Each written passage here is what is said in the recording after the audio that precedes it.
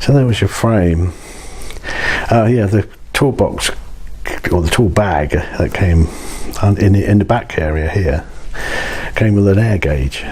It was rubbish. It was all plastic thing. It was better being used as a tyre gauge, but it's more indicative of you've got air in your tyres as opposed to exactly what the pressure would be. But the suspension was very soft. It was it was comfortable. You're going to go racing, you're going to have to shit can them and put something else on. It was very soft. It was a comfortable bike for two up as well. There's huge two up space here without the bended knee syndrome, so you get circulation to the feet of the pillion. But there you go. There's a picture of the rear disc down here. The rear light was huge. Nice big rear light. And the the overseas market ones had a brighter lamp than in the UK. I think the lamp was 8 watts. The British versions were 5 watts, and the brake lamp was an equivalent of about 5 watts or more than the British brake. So this rear lamp, you know, in the old incandescent bulb era, was very good. The front lamp and the lens and the glass lens, which is what motorcycles use mainly to, you know, for left-handed or left-sided left-side driving vehicles as opposed to the right-hand side of the road driving vehicles, was neutral. So, you know, the main beam was a big dot that went down the road, and it was just a blast of light. And in dip, it flattened to a bar in front of the bike, so it was okay to pass the UK MOT, and pass the UK MOT with kilometres on the speedo, kilometres per kph. That's not an issue. You just need to know how fast you're going. It doesn't matter what the indicators or what the numericals were. At least I don't know if that's changed, but that was when you know, I rode the bike around. So, and just finally on the back, dimensions and dry mass. You know, it was a big bike. The length, it's got, you know, 87.6 inches or 2¼ meters. Wow, that was a big bike. Width 735 millimeters. It's 3/4 meter wide, 28.9 inches. Huge, but beautiful. You didn't realise that if you were going around some corners ridiculously fast, you would bottom stuff out, and that was certainly the case when I did it. Overall height was a big boy's bike. Look at that, 1¼ meters tall, 49. But you used to get small people riding them. Once you're moving, you're fine. Obvious ground clearance, dry mass. You know, dry mass, 238 kilograms or 525 pounds. That's dry mass. That's without anyone sitting on it. No fluids in the tank or, you know, elsewhere. Presumably, being dry means nothing in the sump either. But that's huge. 1/4 metric ton. Yes, it was a beast. Max speed. Well, I think I saw 130 on occasion. Once I bravely went through the band of tank slap and into the world beyond that. I think that was done on occasion. It's just solo riding there. 137 miles per hour, or 215, 220, you know, kilometers an hour. Ambitious, really. I mean, you had to hang on to this thing. Oh, the other thing was the tyres. Tyres are very narrow. I think I had an 80 on the back. When you consider bikes now have 290, it looks like a push bike when you park this thing up against today's bikes. It really does. And the front was a 19, which is huge. Rear 18, front 19. So the large wheel would have given it a lot of gyroscopic mass, which meant changing line was grunt rather than, you know, a thought process like today's bikes are. The engine's a beauty. 4-cylinder. The bore was 70 millimeters. Stroke was 64, so over square. Piston displacement was 997, and I used to feel done by losing 3 cc's. There's 1,000 on the side. If you look at the 1,000 on the other side, there's 2,000, so you're getting done there. But anyway, I never complained. Compression ratio 9.2 to 1 was quite low. It was a low engine, but then it was designed for global markets where the fuel, the stock fuel sold at the average forecourt was pretty low octane, so the engines had to be designed across that big range. I think in the UK we had a 5-star at the time, and it was leaded, and it had a fantastic anti-knock rating, and it was just a waste of money putting that in here. But I think the RON value of the fuels nowadays are pretty all standard. I think they're about 95 in the UK, which would be fine for this. Carburetors, Mikunis VM 30 SS4s. Mine's bigger than a 30. These are huge. I measured them because I replaced the O-rings. I went solid, and I took the carbs off, and I overhauled the carbs, and the O-rings turned up, and they were tiny. So I went back to this dealer, and I said, who was a Suzuki specialist, I said, no, you give me the wrong ones. I need about another 5 or more millimeters bigger. He said, no, that won't be a GS1000 then. And I said, well, it is, but it is a grey import in the UK, I suppose. So there were some oddities getting spares. Another thing was this left-hand indicator unit, the switch unit on the left-hand bars, which did the indicators, high and low beam, and a horn. The right-hand side would have done lights on and off, engine cutout, and starter. But on this side, on the indicators, you had a thing called auto turn. And how that worked was, it had a sensor in the speedo. If you were moving, it would do 15 flashes, then self-cancel. If you were stationary, it would flash all day. And that was great. It was a fantastic feature. So, you see these bikes going down the road, don't you, on the motorway, and he's left his indicators on. You think, what a numpty, because bikers don't think, do they? And the flashy thing on the console in bright sunlight doesn't really remind them, and you can't hear tick tock, tick tock, tick tock on a bike. So anyway, that was a great thing. Now the issue with that was somebody tried to nick my bike once, this bike, and they snapped off the knob, and I had to wait a year to get a replacement switch assembly because nobody knew what it was. It was a nightmare. Getting parts to restore these bikes is bloody hard work, and they're expensive. Breakers yards sell break-in engines down and all that sort of thing. It's quite sad really, because these bikes are falling apart and they're disappearing from the surface of the planet. So if you've got a complete bike, it's lovely to keep it complete for a bit longer and sell it as one unit, but then whoever you sell it to is probably going to cannibalize it. But it's just a shame that these are now disappearing. Gearbox was tough. Gear shift pattern, there's 5 gears, 1 down, 4 up. And then the chassis, suspension, we've gone through all that. Oh yeah, the tyre size, here we go.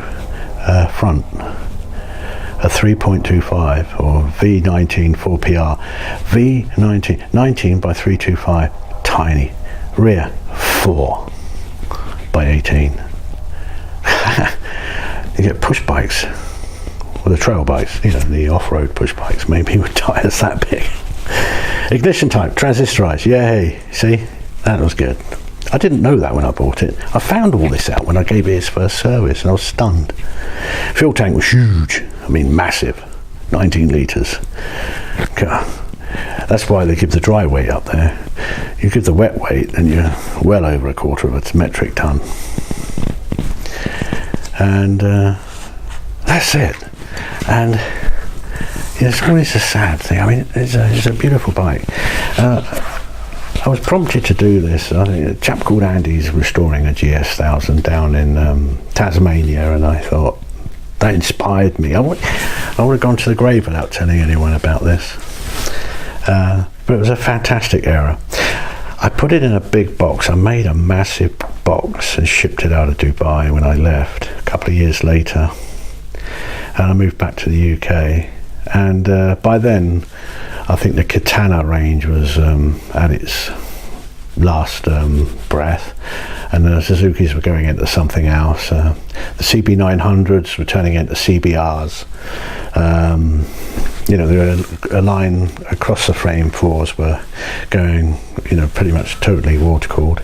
I think Yamaha basically ceased, as well as Suzuki, ceased all their two-stroke range, especially in the big bikes. And you know, came back to the UK, and she was an old bike. I did a few runs over the west coast, did the in Scotland and on the fast roads over there. Had a fantastic time.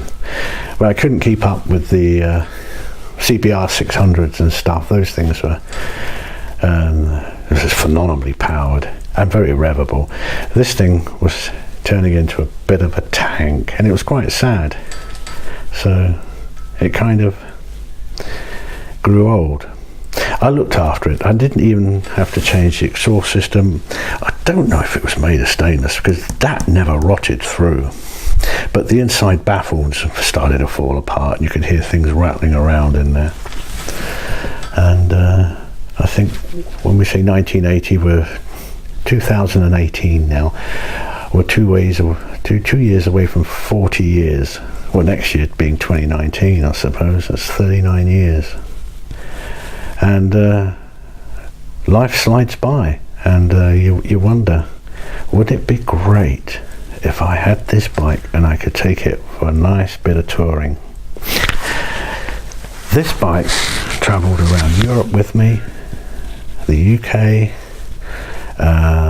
Well, that was it really. I've been to the south of France on it. Tremendous on the big motorways there, just sitting there at high speed. Before I went on one overseas journey, I took the top end off, the top end entirely, and whizzed the pistons out, give it a thorough decoat, and measure the rings and all that sort of thing. There wasn't a bit of wear, and so it all went back in the same cylinders and all that sort of thing. But on reassembly, I did something really stupid. I did the timing. You know, you time the front, the exhaust cam first, because you can pull that one down tight, because the tensioner sits on the rear, so that's kind of a variable side. And so you pull it tight against that, and you have a little line going across, which has to be horizontal. Viewed as being horizontal, in accordance with where TDC sits on your little indicator on the end of your crank here. So I did that, and then across the top, I think it was 20 links, then the other one, which also sits horizontal, and then you do them up and you put your caps back on your bearing, because the bearings run in a head, which I thought was terrible, but mine never wore at all. But you know, if it does wear, you've got to replace the head or do some pretty snazzy recovery welding and machining to get that out. That's why you've got these end half moon caps here, because it's machined through the head, with this being horizontal on a lathe and a long cutter going maybe 4 cutters or something, I don't know, to do, or 2 cutters, sorry, because they're doing sets of 2, but there's 2 in each, 2 bearings in each. Anyway, to get back to what I was saying, the heat going down south of France was phenomenal. You couldn't even put your feet on these foot pegs, you had to stick them out, because the heat of the engine, you know, it would burn you. Right, I've got a visitor, and I'll be back. So, yeah, and this engine got very, very hot as we were going south. I mean, we were tanking down at 100 miles an hour, you know. We had a lot of weight on, so the tank slap seemed to move up about 10 miles an hour if you were heavy, 2 up and a bunch of stuff on the back. So anyway, there came a rattle from the engine, quite an alarming rattle. And when we pulled over to a campsite and camped the night, and I took all this apart to the tank off, which was no mean task in itself. Trying to get the tubes up there was a pain in the backside. Had one of these vacuum taps, you know, so you had no manual control. Well, you did have a prime position, but I forgot which way was prime and which way was main, I think, for the life of having this bike. I didn't think either way made much difference. Anyway, took top off, couldn't see anything wrong. I suspected to see a broken valve spring or some, you know, or load of metal, and there wasn't. It was clean as anything, so it all went back on again. I rattled all the way down to Saint-Tropez, and it was getting quite big. I was camping down there, and out of frustration I thought, I've got recovery insurance, I'll just ride it until it breaks and then we'll get recovered. And I thought I'd have another quick look inside, and lo and behold, I found it. The two cap head screws hold the sprockets to get a cam sprockets in place, and they were loose. I just happened to see it go clack across one way, ever so slightly. I mean, that's an exaggeration, but there's a sort of bit of oil coming out the join line, which kind of gave it away, and they were loose, just a little bit loose. They come loose about a turn, 6 turns or so. It would come out, but it would have machined a nice groove into the side of the you know, the hole in the cylinder head before that would have happened, but it would have been nasty. I couldn't believe it. When I took the top end apart, I never Loctite the buggers in. When I got home, it says Loctite them in. I just put them in. I don't think I even tightened them. So while I was on the campsite, I took one out. I went down and bought Loctite, which was a job in itself, trying to not speak French in a place like Saint-Tropez, that I need some fluid lock. I don't know what I've got in here. I've got some PTFE tape or something and cover the threads with that just to stiffen them up or anything. But anyway, I got Loctite and I put them in as tight as I could go. Put it back together. It ran as sweet as a nut. The happy moment that was, because I had a long way to come home from Saint-Tropez all the way back up to Scotland, which is a big journey even for this. So there you have it. It's I spent many years, happy years, on this bike, and I guess you will say, well, I wish I kept mine, and we all do. I tend not to be very good at selling stuff second hand. People always talk me down. I try to sell something for £100. They go, 100 quid? You're kidding. I'll give you a 30 for it. You'd be lucky to get 35. And I kind of fall for it, you know. So I've never been great at selling.